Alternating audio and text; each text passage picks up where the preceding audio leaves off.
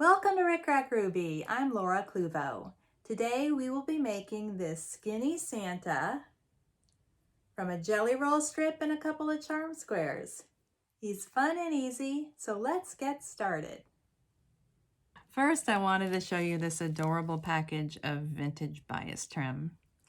Just the combination of the red and white stripe and then the turquoise label is so adorable. This is 15 cents for 3 yards.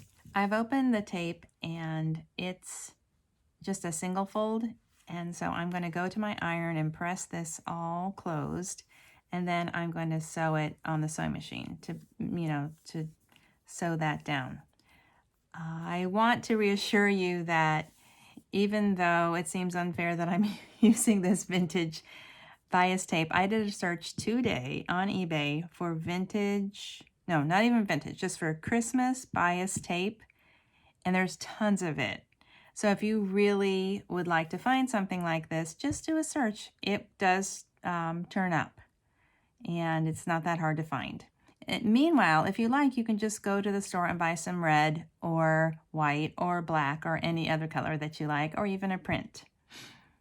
Here's my bias tape. Here's how it looks, all pressed and sewn and nice and flat. And each Santa requires a yard. So there's a 10-inch piece for the arms, and then 26 inches for the body and the legs. So here we go. Here's my 10 inches and my 26 inches. And I also have a Santa face. This is a 20 millimeter head bead, and you can find the instructions for the Santa face in my Rick Rack Ruby how to make a Santa face video. I forgot exactly what the title is, but I do have that. And sometimes I'll paint the eyebrows white, which is also really cute for a Santa, but these I just did little strokes with the pen. Okay. So let's assemble the body. It's so cute already just looking at all these stripes. This is a piece of baker's twine, and I have a knot in the end. And I'm just going to insert the binding, the body piece, like this, right in the center. And then from the bottom to the top, place the head over, and I'm pulling the bias tape into the hole that's through the bead. I want that to be nice and tight. Sometimes I will add a little bit of glue. And then for the hands, for the arms, I'm going to fold this in half and insert it like this. It doesn't have to be perfectly in the center. You can always adjust that. And then I'm going to just tie a square knot below the arms.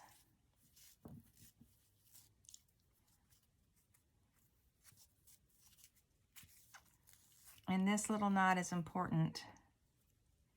Everything kind of gets sewn through there, so that is important. And then, I don't know why the legs are never the same length, but I'm going to add the little feet. I cut the ends off at an angle, and then I'm just going to thread them through these little beads. They're about 5/8 of an inch.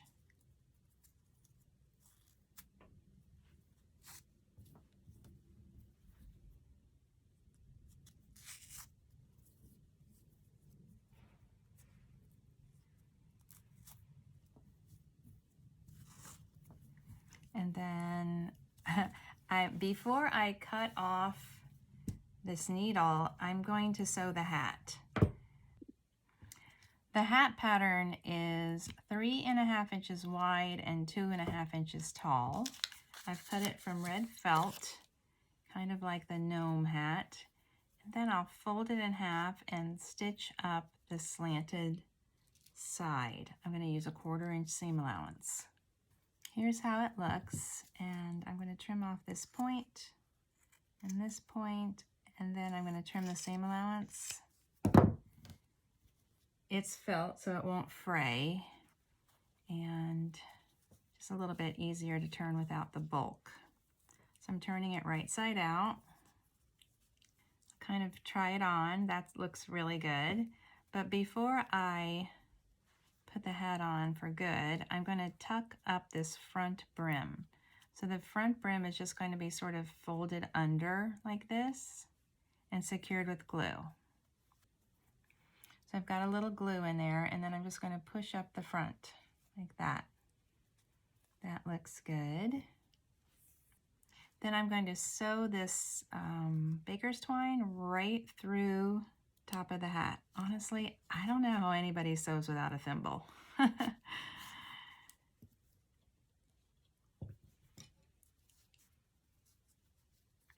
That looks good. I'm not going to secure it yet because I might want to be able to get in there to sew the little coat. But I am going to tie this off right above the point of the hat, and then in an overhand knot up here for a hanging loop. Great. Now we're going to do the pants, and the pants are kind of involved, but they're so cute that it's worth it. So we're going to use a jelly roll strip for the pants. And let's see, can you see this whole thing? Okay, so we're going to cut 2 8-inch lengths of jelly roll strip. In other words, 8 by 2.5. So this will be, each one of these will be a pant leg. And the first thing I want to do is mark halfway, so about 4 inches.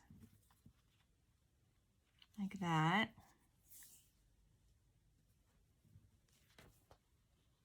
It doesn't have to be perfect. Like that.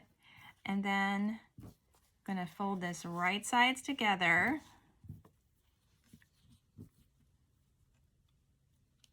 Marking that halfway point. It doesn't matter if you want to sew from this side or this side. This is going to be one pant leg, just so you know where we're going. And the same thing with this strip. Now I'm going to sew up this seam from here to here. I'm going to stop right here.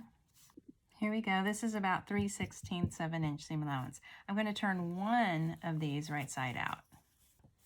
So it looks like that, and then this goes inside, matching up the seams so that they are right sides together.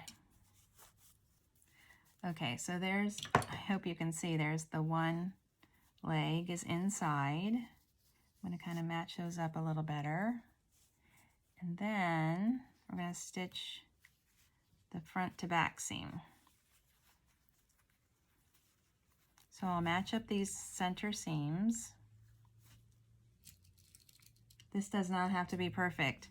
I know it looks like it might be a struggle right here where all the seam allowances come together, but it's not, because it's not a big deal and you can just stitch right over it. It's not a big deal. No one will see it.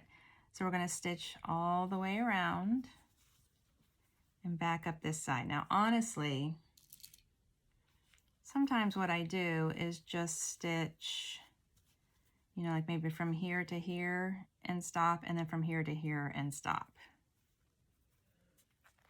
This is going to be the front and the back seam, you know, in a pair of pants. This is your front, this is your back, and these are your legs. Here we go. Now believe me, this is not going to win any ribbons at the county fair, but I think it'll work for this project. Now, we're not going to turn it right side out yet, even though you can if you want to, but it still needs to be inside out. So I'm going to pull out this pant leg. Here are our pants inside out, and I want at least an inch, right, to show down here.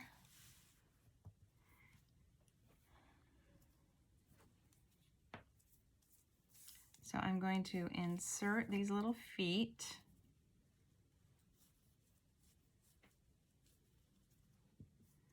One, two. I'm actually going to sew them one at a time, but I just wanted to show you the idea. And then we're going to gather these up, and then we're going to turn it right side out and pull it up onto the body. So I can tell the bead is right here. So I'll have about 1 inch of the bias tape showing. I've secured my knot. This is a double strand of red quilting thread, and I've secured my knot in the seam allowance, and now I'm just going to go all the way around, just through a single layer.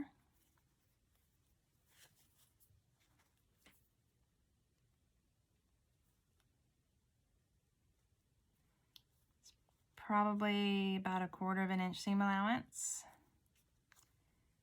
And I'm going to pull it tight. That looks good. And kind of wrap it a few times. And then since I'm working with, this is fabric, so I can sew right through it. It's not like I'm working with wires or pipe cleaners or something that's not going to, it's not going to be easy to sew through.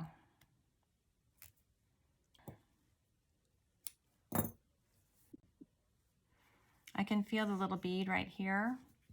And so I want to be, it doesn't matter if it's not exactly the same, but approximately the same. It's helpful to have these seams to the inside so the costume doesn't twist around.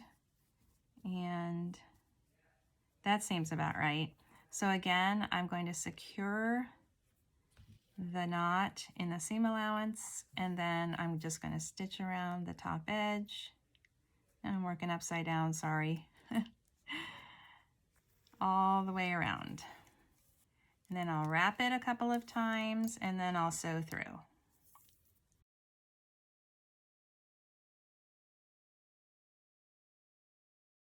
Now here's how it looks. The head, the arms, the body, legs, and here's the pants. And now we're just going to turn this right side out. So I can feel that little bead where the foot bead, and I'm pushing it through. There we go. Don't yank on them too much because they're only being held by hand stitches. It's very satisfying. Oh my gosh, look how cute this is. It's very satisfying to see this all come together.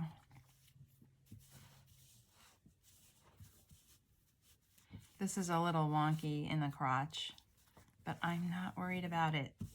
Now, just kind of ignoring the arms, we're going to gather up the top edge without folding anything under, without hemming or anything, because I want it to be as flat as possible.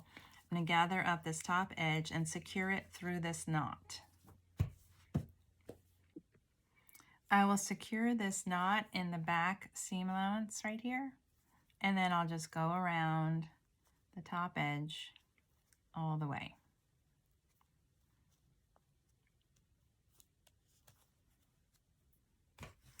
You have to pay attention to not getting the arms caught or the hanging loop caught or anything else.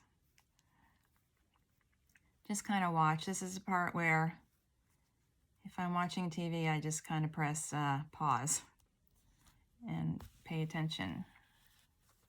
There we go. We're done already. That was quick. Remember, my hat is not secured yet. So I'm going to sew through, back and forth, through the body a couple of times to secure this. Let's have a look. Here's the face, the hat, the arms, the pants, the feet, the little stockings. It's very, very cute. All right, now for the coat, we're going to use charm squares. Those are 5-inch squares. I have a couple of options. Of course, I love the snowflakes. I think I'll put the snowflakes on the front and then these trees on the back. And of course, you can do the same front and back. Before I sew this, I'm going to apply some trim. So this will be the front. I'm just folding this to determine the center. And then a little piece of trim here.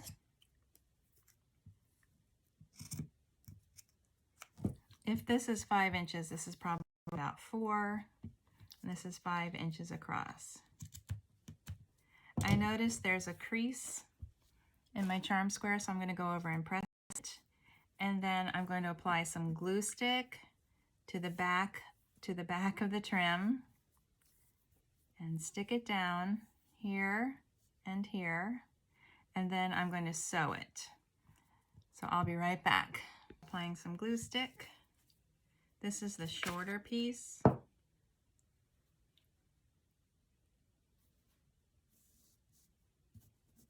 Doesn't have to be perfect.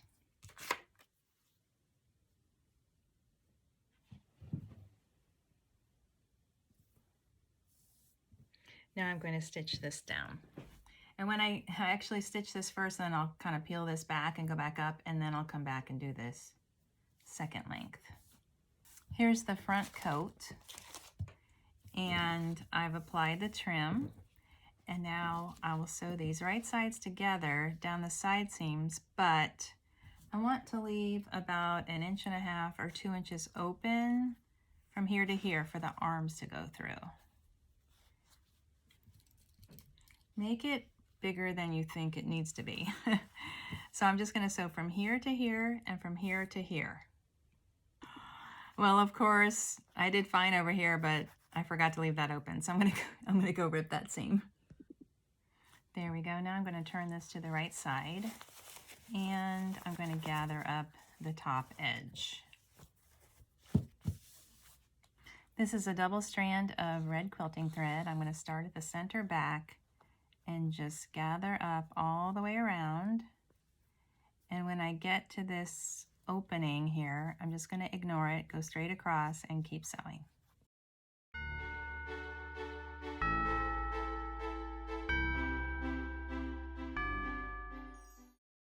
I want this, this little gathering stitch to end on the outside.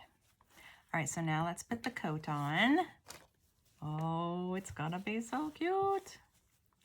And then I'm just gonna put the arms through.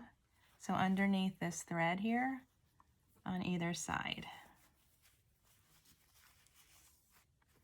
I really like having the front and the back fabrics different, but I know that there are some of you who might prefer to have them the same.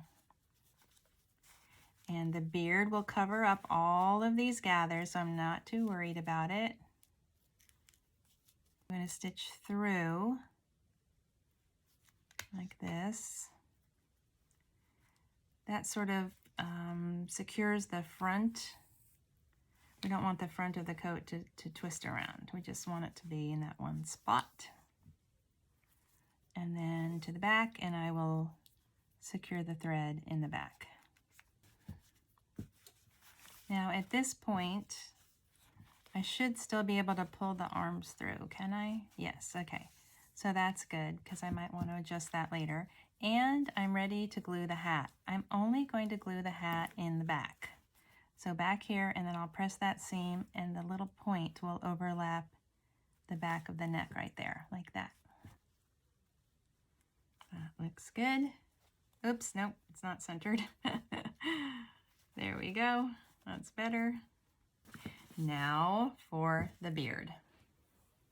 For the beard, I'll use a 3x5 index card. And I can tell this is one of those heavy-duty, thick index cards. It's really thick, so I only need one. And then I'm going to wrap this this way, so the 3-inch way, maybe 30 times.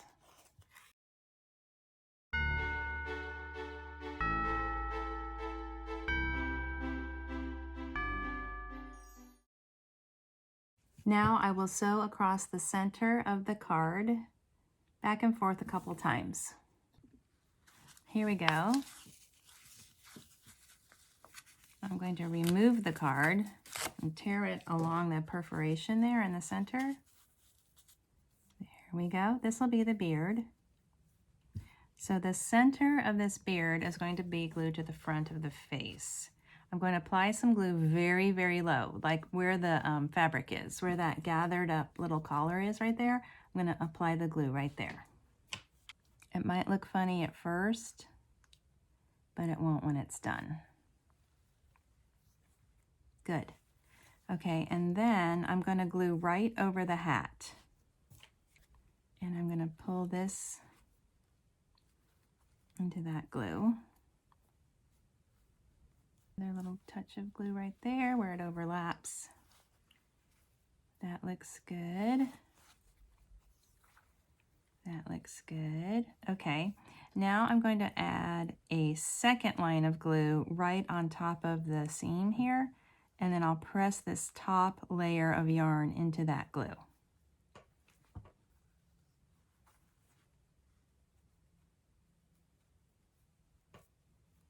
There's the front.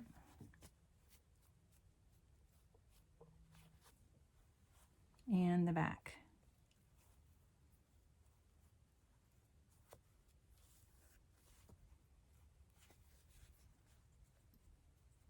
I'm not going to glue down the sides because I kind of like when they fluff out like that. Now let's do the mustache. My camera cut out right when I was doing the mustache, so I will do that again. I'm just going to hold the tail, wrap around these fingers 3 times, 1 and 2 and 3, and cut it off. Take the top strand and wrap all the way around the center, and then the first strand, which is, oh, I left that way too short.